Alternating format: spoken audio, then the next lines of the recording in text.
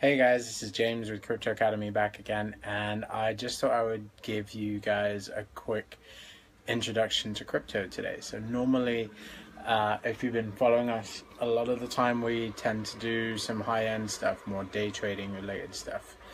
And today I thought I would come back at you with a real basic introduction to crypto. So, you know, the basics of crypto are pretty much the biggest thing to get your head around. Once you get your head around this, all the other stages are downhill from there pretty much. Like once you understand these basic concepts, you understand enough to take yourself to the next level. So I thought I would come on and jump on today and give you a quick, probably hopefully under 5 minute introduction to what exactly crypto is and what you can do with it, and more importantly, how you can benefit from it. So today is just real simple. So if simple is something, if the real basics is something that you guys are beyond, maybe this video isn't for you. You may want to skip this one, but you might find it interesting nonetheless. So in order to explain what crypto is, we need to go back in time about 12 years ago to about 2008, 2009, end of 2008, early 2009. And around this sort of time, the whole world was falling apart financially. Mostly when it comes to finance, mostly the big five, they call it, the America, UK, Australia, New Zealand, and Canada were pretty much financially falling to bits because of some stuff that some banks were doing, credit for default swaps and various other things. But essentially, the space at that time was that the financial world was just falling apart all over the place. 2007 was the worst year in finance. It's the worst year to be in finance probably since the Great Depression. So at that time, there was a lot of people talking about what money means and how how we can have factories that still are there, that still can produce stuff, that but people didn't really have the resources to pay people to do that, to people didn't really have the money, I guess. So money was the motivating factor behind a lot of this stuff. And without going too much into how economy works, but the economy at that stage was basically in the state that it was very difficult for regular day-to-day things to function. So in those situations, such as the Great Depression and the Great Financial Crash of 2007, a lot of people start asking certain questions like, is the government really capable of doing the job that it's supposed to do? Are the regulators and the people behind money, are they really as responsible as they claim to be? With the questions behind too big to fail, when banks are failing and we have to bail them out without taxes and this sort of thing, are the people at the top really responsible for, are they really capable and responsible with the powers that we provide them? So a lot of people were questioning, a lot of people were sort of thinking, what can we do that moves beyond this? What are the alternatives to buying into this system? Because we work in a very opt-out system. We're born into a system. We never chose to be in this system. And this financial system that we're in, there was no real opt-out situation. There was no real alternative. You couldn't necessarily say, I don't want to use money, because there were local exchange transaction systems and stuff, but there was really no effective worldwide payment solution other than maybe using gold, which was fine, but at the time there was no real alternative to cash, really. And gold seemed a bit like going back in a step, so a lot of people were looking for an alternative in the digital space. So especially cypherpunks. Cypherpunks were a group of people around They started coming out around sort of 2006 to 2009, and they were people that were really interested in cryptography, just into code, and in general, just making their privacy more available. I love the crypto manifesto, the Cypher manifesto, Cypherpunk manifesto says that, I am a private citizen, and I choose to expose my information about my identity as and when I choose to, not the other way around. I'm not a public figure that that has all of my information on display, and I choose to hide my information. The way they thought that the way the world worked in terms of all of your information should be public when it comes to the authorities was they believed that was bad, and in terms of the authorities, all of your information has to be available to them, and you hide what you don't want to be available to them. So that's the mentality that the mainstream has towards privacy. Privacy has the mainstream sees, well, if you have nothing to hide, then you have nothing to fear. But cypherpunks had a different mentality on that. They were like, well, if you're a private citizen, why should you make your information public to anyone, least of all the government? So a lot of them were searching for alternatives. A lot of them were searching for financial alternatives or monetarily alternatives, and some of them started working on it. Some of them started working on applications such as WeiDai came up with, I think it was called what was it called? I think it was called B-Money. A guy called WeiDai, a Chinese guy, cypherpunk, came up with this thing called B-Money. And there were limitations. It was like digital money, a bit like Apple Pay today. So Apple Pay, you go and use your phone to transfer your money. Okay, it's slightly different because Apple Pay, you're genuinely using the money that's attached to your bank account. But the premise is the same. The idea that it's entirely digital, and the idea that you could, in theory, interact with it with your phone. To most people, that was amazing. At the time there was no real financial interaction with your phone, but I guess you probably could have integrated some of this stuff with SMS and stuff as well, but or text today. But at the time, there was really no alternative to just using credit cards. So the fact that these people had come up with this idea of, hey, you could use your computer or you could use SMS based on your text on your phone. This was a revolutionary concept. The idea that you could personally be in control of your own money.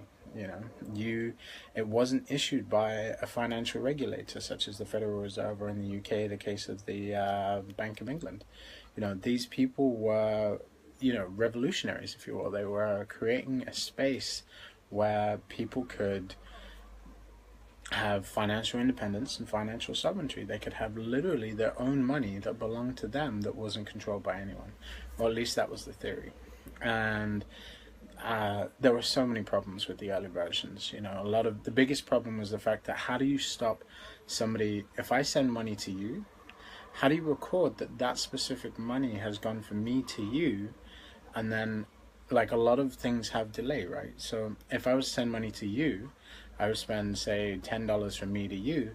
Then if I wanted to send more money to Lisa, I could have send that same $10 to Lisa in the time that this one was processing. So in theory, both of those would clear at the same time. So I could send you $10 and I could send Lisa $10, but that would be the same dollars because I would only have $10 in my account. And then because the transaction had been confirmed, I had $10 in my account at the time, I would send $10 to you and $10 to Lisa, both effectively splitting that $10, making that the same $10 go two places. Now this, of course, would cause a lot of financial confusion within the system. So there were a lot of issues, a lot of integration, a lot of people moving towards making this sovereign money, this financial independent money. There was a lot of people working towards making this a completely independent thing that worked. So there was many versions. There was B-Money, there was BitGold by Nick Szabo. He was the guy that invented the reusable proof of work, which is basically the concept behind proof of work. that we use in Bitcoin and various other cryptos today. But the idea is pretty much that you could do something that would prove that you had worked. Well, today, if you go to work, you prove that you've gone to work by clocking in your timestamp and then clocking out your timestamp at the end of the day. You clock in 10 hours, you get 10 hours worth of pay. And that was pretty much the same concept. You would do some work on your computer, and then it would record that you had done that work, and that would use that. That's why we call it reusable proofs of work. You could then show people, hey, this is a token to say I have done this piece of work. I have done what you said I had, so therefore I have earned my $10. So they just kept getting new iterations of this software, so better and better each way. And then finally Nick Szabo came out with his BitGold about a week or two, maybe a month or two before Satoshi Nakamoto came out with his Bitcoin. And there's a lot of confusion. A lot of people say maybe they're the same person, maybe, because a lot of people in the cypherpunk space gave their identity, whereas Satoshi Nakamoto didn't necessarily. His date of birth in the forums was a cryptic clue to say, because that was the time where there was the Nixon shock or something. It was to do, a lot of his identity online was, well, no, it wasn't the Nixon shock, it was when America confiscated gold from people. So a lot of his identity online was actually a political message. So a lot of people today, even we don't know who this guy was, and there's been a couple of people that claim that they were the person, and as yet nobody has come up with any kind of proof to say, hey, I am Satoshi Nakamoto, and here is my proof because I have sent Bitcoin from this address to this address, or whatever. There's nobody who has come out with any logical proof. There's a guy in Australia who claims to be the closest person. He's the only person who's actively claimed for years to be Satoshi Nakamoto. His name is Craig something. He is completely unlike the archetype of what people believe is the character who made Bitcoin, because the way he spoke on the forums was completely unlike Craig Wright. Craig Wright is arrogant, and he's just unlike the personality type of Satoshi Nakamoto. So the inventor of Bitcoin. So it's highly unlikely that he would ever have been the inventor of Bitcoin unless he has schizophrenia, because maybe he has multiple personalities, and the personality type that he was during that time is different to the personality type now, or maybe that was just to throw people off. We don't know. But anyway, I digress. So Satoshi Nakamoto was a really smart guy who came up with a whole bunch of concepts that brought this whole concept of sovereign money, the idea of money that doesn't belong to the government, that is basically powered by cryptography, powered by the trust and the proof that you have done what you have said, and everything built into the system comes from the power of the math. So math is, in theory, infallible, right? So if you say 1 + 1 is 3, then other people are going to say, well, no, that's not true. And another thing that he introduced into this concept of Bitcoin was peer review. So in Bitcoin, if you have money, or if you have made a transaction, then you have to prove by having other people in your network prove that what you're saying is true. So I know a lot of this may not make any sense to you right now, but essentially Satoshi Nakamoto made a version of sovereign money, a computer money, a bit like Apple Pay, but not like Apple Pay because it doesn't come from your bank account. It's entirely independent of your bank account and entirely independent of dollars, pounds, euros, or any other kind of currency. He made his own currency that was completely independent from any other form of currency. You could, in theory, buy these coins with other currencies, but for all intents and purposes, it had nothing to do with any sovereign state. He wasn't the first person to do this, by the way. I forget the guy's name, the guy who invented the Segway. He he owns an island off the coast of New York, and he calls it the Potato Island or something. And believe it or not, he has his own money. He calls them the potatoes or something, or the dumplings. That's it. Yeah, he has a dumpling island, and he was one of the first people to create his own sovereign independent money. Now, Dumpling Island and the dumpling is only spendable within Dumpling Island, and I think maybe they might have some kind of transaction now, but it still belongs to the sovereignty of the guy who invented the Segway. So if you have any dumplings that belong to this guy, you are essentially when you consent to using a dollar, a euro, or even a dumpling, you are consenting to abide by the rules of that monetary system that this person has created. So when you're in Europe and you spend a euro, you are abiding to the European Euro money conventions. You're abiding to the European anti-money laundering laws. You're abiding to the Euro KYC laws, know your customer laws. You know, anybody who deals with those kinds of monies is effectively buying into the terms and conditions, a bit like Apple Pay. Anyone who does that is buying into the terms and conditions of the local monetary system. So when Satoshi came out with his version called Bitcoin, he had made a totally digital coin that solved a lot of the problems that were causing a lot of people problems who had previously created digital coins. And yeah, he basically made an entirely digital system that didn't belong to anybody. It was in theory open source and belonged to everyone. Things have changed a bit since, but at that point, the whole point behind building this coin was financial sovereignty. And so fast forward to today, the point behind Bitcoin is no longer about financial sovereignty, because the whole point was that eventually people would maybe start accepting Bitcoin and start taking Bitcoin for transactions. So a couple of people started to do this. I saw around maybe 2014, 2015, before the spike in the interest and the value of Bitcoin, there was a lot of people that were like, hey, I'm going to accept Bitcoin because it's only worth like $100 a piece. So I'll accept a Bitcoin in exchange for a refrigerator, for example, because a refrigerator hypothetically at the time cost $100, a cheap one,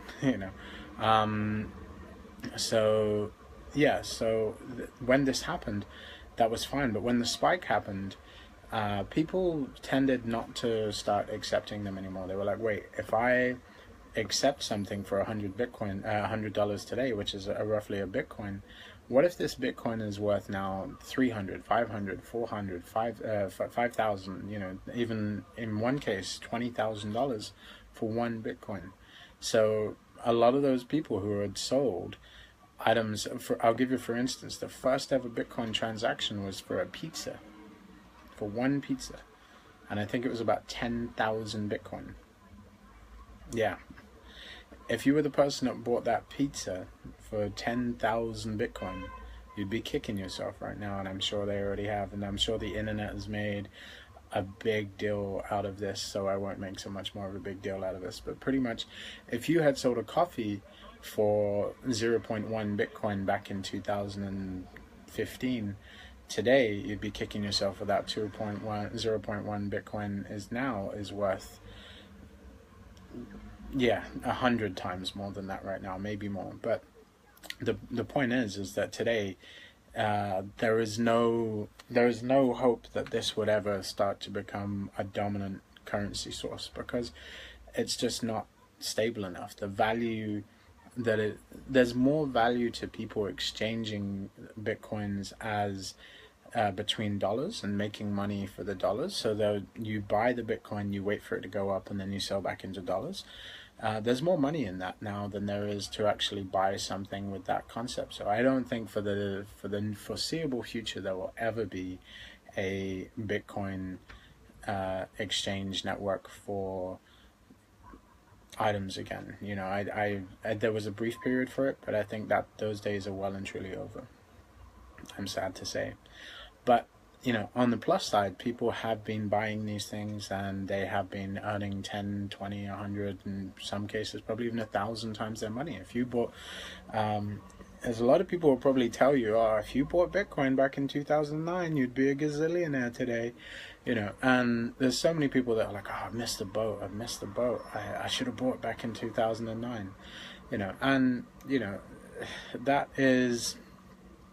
that is what it may be. If you bought Bitcoin back in 2009, or if you mined Bitcoin back in 2009, you would, if you were making a lot of Bitcoin back then, today, you would be significantly better off financially than you are today. But, again, I don't want to rub that in, and because especially as a lot of people don't really understand what that means, so like, let's put it in perspective. So a Bitcoin is essentially a piece of text in a database that represents that you own this thing. So, but this database isn't held by anybody. This database is held by everybody. So imagine when you go to your bank, right? If you go to HSBC, Chase, Wells Fargo, anyone you have a current account with today, if you have $100 in your checking account, then Wells Fargo is going to know that you have $100 in your checking account, because Wells Fargo keeps a ledger, a database of all of the transactions you make, and they have a record of your balance and your checking account. And the same is true for Bitcoin. So Bitcoin is basically just a ledger, a database of all of the transactions that have ever happened on this system. So it's all text. All of this is text information and information in a database somewhere. But it's also a database that you have a copy of. It's a database that somebody else has a copy of. Everybody who in the network who has a Bitcoin, what we call full node. So a full node is pretty much your mining, essentially. If you are mining Bitcoin, if you are part of the network of Bitcoin, there's a good chance that you'll have a full node, and you'll probably, almost even everybody who's not mining as well. Many of the people that have a lot of these, if you download Bitcoin as an application, you will likely have to download what we call the blockchain, the entire blockchain, pretty much. It's a database of, today it's about a 30, 40, or 50 gig database that has millions and millions of transactions, and you can see exactly all of the transactions that everybody has ever made on Bitcoin. That's kind of cool, but some people say it's not so cool, because it means everybody knows your bank account balance. If you tell people your public address, which is your probably equivalent to your sort code and account number, your routing number and your account number, then pretty much people can tell your balance, because they can see every transaction that's gone in and out of that account. So there's pros and there's cons, right? But at the same time, this in and out of your account mechanism it keeps everybody honest. If I say, hey, I sent John $100, but really I sent him $5, or John sent me $100, but really I claim he sent me $500, it keeps everybody honest, because if you lie or if you try to tamper with this information, then you have a financial benefit to being honest in this case. So the trust is kept by the fact that if you lie, then your database is going to be out of sync with everybody else's database. So there's no way that you can ever say that I sent you more money or I sent you less money than I should have, because everybody else has seen that recording. Everybody else has seen that you have sent $100 from me to you, or from somewhere to somewhere, and everybody can see that. That's where the trust comes in, because every transaction is public. So there's pros and there's cons about this, right? But essentially, all a Bitcoin is a record in a database somewhere, and your computer and everybody else's computer that has Bitcoin. If you have a Bitcoin wallet, chances are you have a copy of this database. And if you don't, you can get a copy of the Bitcoin database. And everybody else has a copy of this database all around the world. There are about 10,000, 11,000 full-time Bitcoin miners today. And if you don't have a copy of this with your wallet, your software so a wallet is a special piece of software that will allow you to view your transactions, to view your account balance. So think of a wallet a bit like your banking software. So you download your banking app on your phone. A wallet is exactly the same as that. A wallet is basically your banking app, and it's kind of like, and it's also, you can have multiple apps as well. So it's a bit like your checking account, right? You can have a checking account, you can have a savings account, all within the same app. So if you have a Wells Fargo or a Chase app today, you can download their app, and then you can have multiple accounts. You can have a checking account, you can have a savings account, you can have a student account, you can have a loans account, you can have a credit card account. And at this stage, there is no Bitcoin credit card account, of course, because that would be really complicated to do. I'm talking specifically about Bitcoin at this point. We'll go into another section in a second called altcoins, which is a copy of this sort of technology. But right now, let's say for all intents and purposes, there is no Bitcoin credit card. So, and there's no Bitcoin overdraft as well, right? So if you hit your zero limit, there is no overdraft. This is a good thing in my opinion, because, debt-based monetary systems that we have today, debt-based monetary systems encourage debt, and more importantly, you pay to be in debt. So one of the big reasons why a lot of the financial system is suffering as it is long term is because, and there's trillions and trillions of dollars of debt, is because you have to pay to be in debt. You're in debt, and the more you stay in debt, the more you pay to be in debt. So the more you become more and more in debt. Whereas with Bitcoin, if you have $0 in your account, you have $0 in your account. It's that simple. So essentially, having a Bitcoin wallet is like having a bank account, but nobody owns this bank. It's like the bank for the people, if you will. The bank for the people. Everybody owns a copy of this bank account. Everybody has a very open and honest understanding of this bank account. So as I say, there are drawbacks and there are positives to this. The drawbacks are everybody knows exactly how much everybody has. All of these addresses are public and listed on a website called live.blockcipher.com. And there's another one as well, I forget, it's live.blockchain.com as well. And you can pretty much see every single balance of every single transaction anybody's ever made. And there's a new website now which is even cooler. You can now go Google check Bitcoin reputation or something, check crypto reputation. There's a website you can go now to see if your Bitcoin address has ever had any illegal or potentially dodgy transactions. So if you've taken money from somebody else who may have taken money from drugs or anything untoward, then you can pretty much go in and see that your bank account has had interactions with people who are less than savory, which is cool. You can go in and see the history of your bank account like that. But you can also go in and see that history for everybody else too. So again, positives and drawbacks. But yeah, pretty much the whole point behind this new digital currency is that everybody and everything is open, and everybody knows everybody's business basically, and that is what keeps the system trustworthy. And it's built around this software called a blockchain, which is exactly what I just explained to you guys. It's a ledger, it's a database that says every single transaction, and it's open, so everybody's honest in theory. But the thing is, though, is at the same time as well, is nobody really knows who owns that Bitcoin address. You can, in theory, download any one of the wallet softwares. I'll give you a couple of good hints for wallet softwares after this as well. But yeah, pretty much anybody can download a piece of this software, this banking app, if you will, and you can, in theory, just create your own new banking app without any passport, without any without any information about who you are.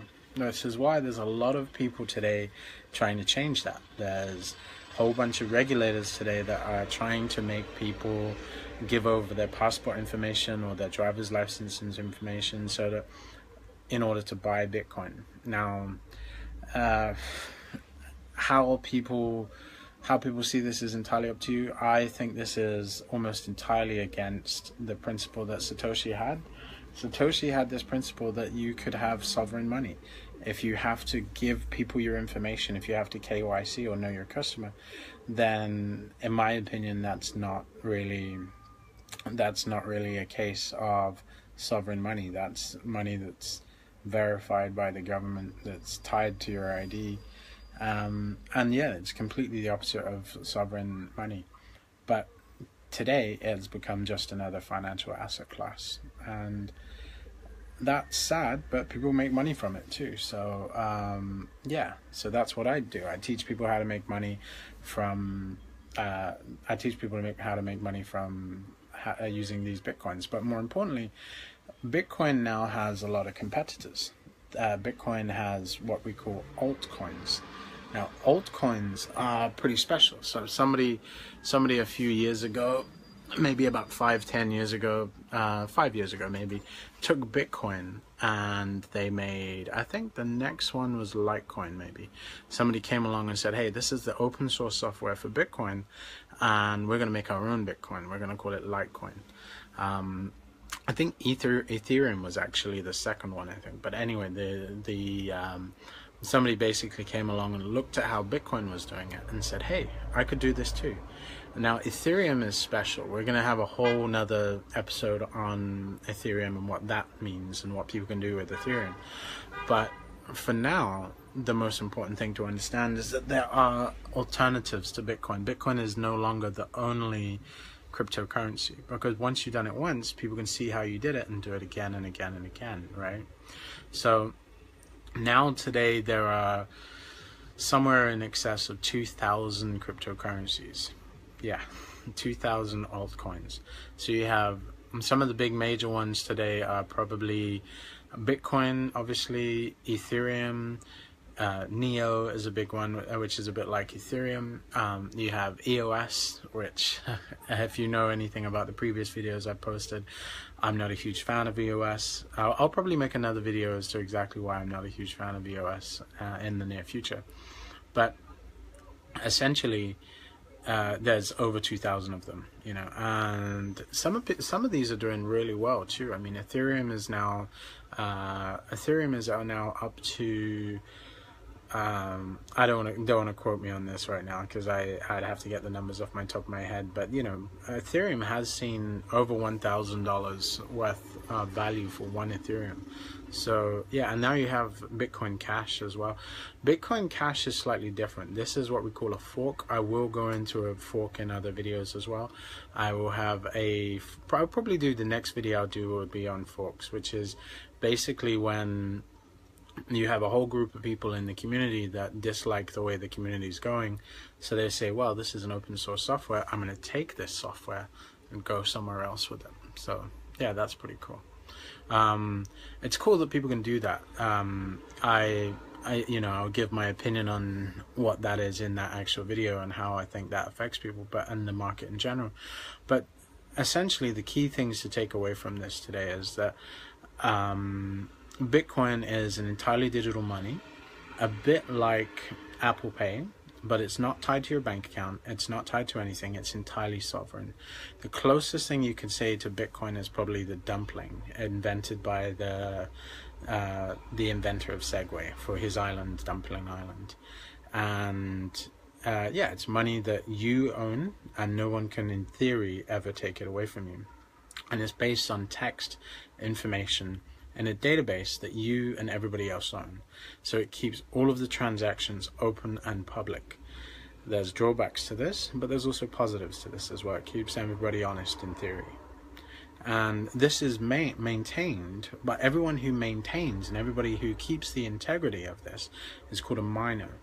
Everybody who mines the network, or everybody who takes care of the network, who keeps the integrity, say this person has definitely said this, because you have multiple people all agreeing that you have said this. So if you send $100, somebody else has to agree, somebody else has to agree, somebody else has to agree. When 7 or more people agree, these 7 or more people agree, you have officially made that transaction. It is irreversible. So instead of like a bank, when you have one clearinghouse and the other clearinghouse, when the first clearinghouse sends it and the other clearinghouse approves that, say, this is in the other account, that's all you really need. There's only 2 transactions because you have a central authority. When you have no central authority involved, you have to get multiple witnesses. So with the Bitcoin network, there are multiple witnesses that say, yes, this transaction has occurred, yes, this transaction has occurred, yes, this transaction has occurred, yes, this transaction occurred. When that's more than 7, I think it's 6 actually, 6 plus is the point of no return. When that's happened, these 6 people, and all these people in the network, when they do that, I'll go into more about mining in the future, but essentially for maintaining that network, you get a reward. If you are part of a pool, you get rewarded for a group of people who help maintain that network.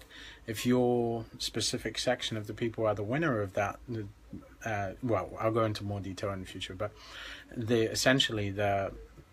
if you're part of that network that wins, you get a reward.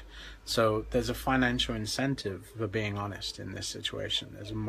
There's a bigger financial situation in this situation for being honest. With cash, there's no real financial incentive to be honest about how much you have or how much you've sent. So yeah, so essentially those are the key takeaways. It's an entirely digital money that is entirely separate from any government or banking body system. So you can use it independently. You can use Bitcoin in America, you can use Bitcoin in London, you can use Bitcoin in Johannesburg, you can use Bitcoin in Israel, and in theory there will be no government interaction or even regulation over this money, although they are trying. Believe me, they're trying. So yeah, that's pretty much what it is in a nutshell. It's just digital money. Try to think of it a little bit like your Apple Pay, but it doesn't come from your Wells Fargo or your Chase account. It's just in your phone. It just belongs to you, essentially. It doesn't belong to the bank. It's not stored by a bank. It's stored hypothetically in your phone, because you have the keys on your phone. It's technically the Bitcoin, or the information about your Bitcoin it belongs to your phone. I'll go into a bit more detail in another video about how that works too. But for all intents and purposes, your Bitcoin is controlled by your phone. There is no bank, there is no governing body that has any other control over these Bitcoins. And it's great because it's just little pieces of text that are moving around in a network of people that all agree, that say you have $10. And if I send you $20, everybody else has to agree now that you have $30. So that's pretty much how that came about and what that means.